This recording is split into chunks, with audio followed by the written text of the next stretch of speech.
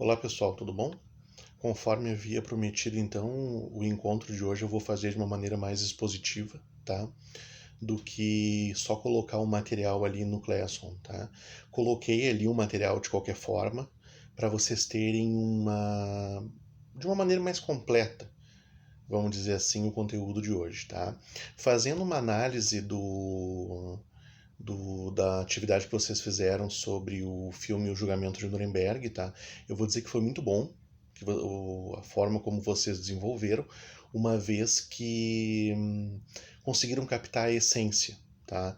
Conseguiram verificar que o que os nazistas alegaram em suas defesas foi de que eles estavam cumprindo ordens ou não sabiam o que estava acontecendo, a real dimensão da coisa, né? Ali, na verdade, nós temos uma grande oportunidade assim de verificar o quanto o ordenamento jurídico, né, de um estado de exceção, de um estado totalitário ou da sua, vamos dizer assim, da sua teoria até a sua prática. Porque a teoria, e se nós analisarmos friamente a letra da lei, juridicamente falando, é possível nós afirmarmos que o Estado nazista não cometeu nenhuma atrocidade jurídica. Absolutamente. Tudo que foi feito dentro da lei. E essa sempre é a característica de um Estado quando estabelece exceção, estabelece um regime único de governo, que ele modifica o seu ordenamento jurídico, né, de uma maneira a respaldar todos os atos, todas as ações daquele governo. Então, com base nisso, né, ali no julgamento de Nuremberg, nós percebemos que existiu um grande confronto entre o ius positivismo e o ius naturalismo. Positivamente falando, estava tudo certo, mas o ius naturalismo, a lei natural, veio e disse assim, não, só um pouquinho, não é porque está positivado que você botar uma arma na cabeça de alguém e puxar o gatilho é certo, né? Aí é o direito natural. Por isso que o fato de todos eles serem militares, terem cumprido ordens e essas ordens estarem devidamente por escrito, né, não prevaleceu como tese de defesa. Tá? E aí fazendo um gancho, já entrando no tema de hoje, sobre o ordenamento jurídico. O ordenamento jurídico, eu coloquei no Classroom um material, coloquei mais hoje, tá? Para vocês lerem ele de forma mais completa. Mas o ordenamento jurídico, ele é, na verdade, o grande conjunto de normas, tá? De uma determinada legislação, vamos dizer assim. O Norberto Bobbio costuma dizer o seguinte, aqui abre aspas, eu vou citar ele. Na realidade, as normas jurídicas nunca existem isoladamente, mas sempre em um contexto de normas com relações particulares entre si, e essas relações serão em grande parte objeto de nossa análise. Esse contexto de normas costuma ser chamado de ordenamento, e será bom observarmos desde já que a palavra direito, entre seus vários sentidos, tem também o de ordenamento jurídico, por exemplo, nas expressões de direito romano, direito canônico, direito italiano. O que o Bobbio nos fala aqui nessa questão de ordenamento jurídico é o conjunto de regras, leis, normas, né, que rege um determinado sistema jurídico, um determinado ordenamento. A lei, por exemplo, é uma materialização de uma norma, né? Mas isso eu queria que vocês anotassem. O direito, ele é um conjunto de normas hierárquicas, coerentes e completas. Isso é direito, tá? E esse conjunto de normas hierárquicas, coerentes e completas é que forma o nosso ordenamento jurídico. Um material que eu postei no Classroom ali, eu mandei para vocês uma pirâmide, aonde lá no escopo da pirâmide eu tenho a Constituição. Essa é a minha lei maior. E depois eu tenho as leis, eu tenho os decretos, eu tenho os princípios que também fazem parte do direito, do nosso ordenamento jurídico. Tá certo? O ordenamento jurídico ele tá bem completo, tá bem tranquilo ali, aquele material ali que eu mandei para vocês, tá? E o nosso ordenamento jurídico, como ele é hierárquico, né? Primeiramente lá em cima eu tenho o quê? Eu tenho a Constituição. Tá? Eu tenho o sistema constitucional brasileiro. Nós tivemos no Brasil um total de 8 constituições, contando com a emenda número 1 de 1969, que praticamente revogou a Constituição de 1967, né? E a nossa Constituição de 1988 estabeleceu já no seu preâmbulo um Estado democrático de direito, né? Ou seja, um Estado constitucionalmente assegurado, onde os seus cidadãos possuem direitos fundamentais, garantias constitucionais e uma série de princípios, regras e normas que asseguram, né, que esse Estado ele seja democrático. Existem algumas correntes, principalmente defendida pelo professor Ingo Sarlet, professor da PUC, que nós vemos um Estado democrático e social de direito, né? Onde o direito ele não é só, o Estado ele não é só democrático, mas ele também tem um viés muito grande na questão social. E na prática, se nós analisarmos, é verdade. E aqui fica uma dica de leitura, né? Os direitos fundamentais da Constituição de 1988, do professor Ingo Sarlet, né?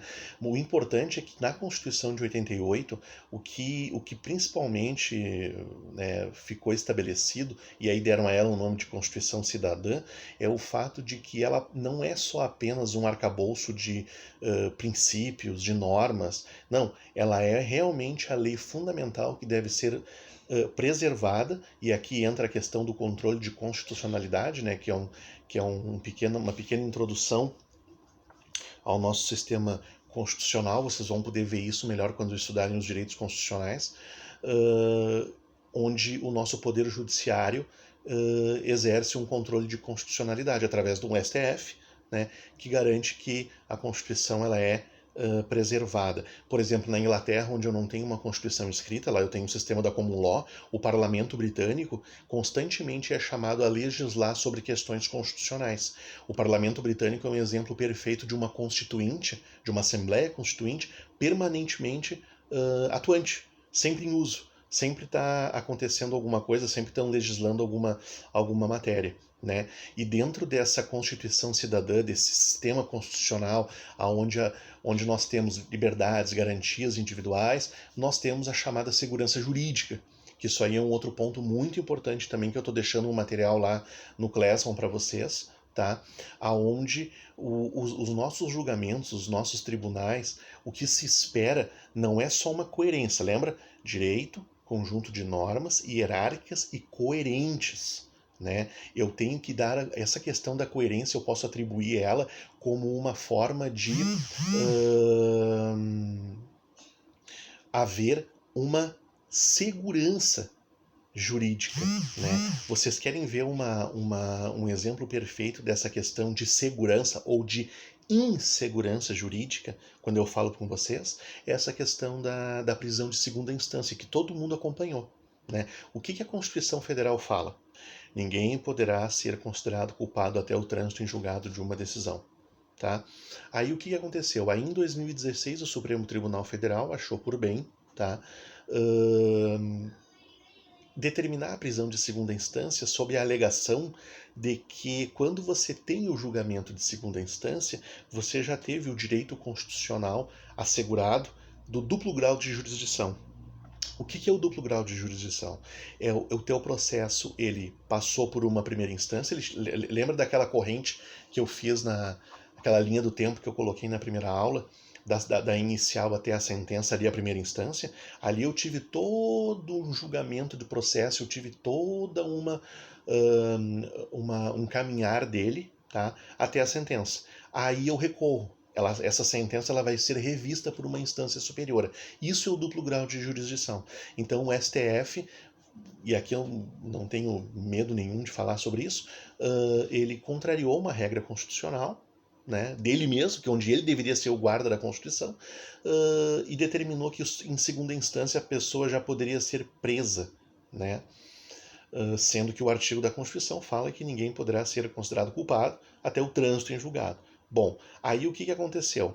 Aí abriu um precedente, e aí agora no ano passado o próprio Supremo decide, tá, que não poderá haver a prisão de segunda instância. E aí teve uma série de presos que foram soltos em razão disso. Isso é um exemplo perfeito de uma insegurança jurídica, tá? E isso é o que se visa combater. Querem ver um outro exemplo de insegurança jurídica também? Quando a ex-presidente Dilma Rousseff sofreu um processo de impeachment. O que a Constituição fala? Sofre o processo de impeachment e perde os seus direitos políticos por 8 anos. ela teve o processo de impeachment e não perdeu seus direitos políticos.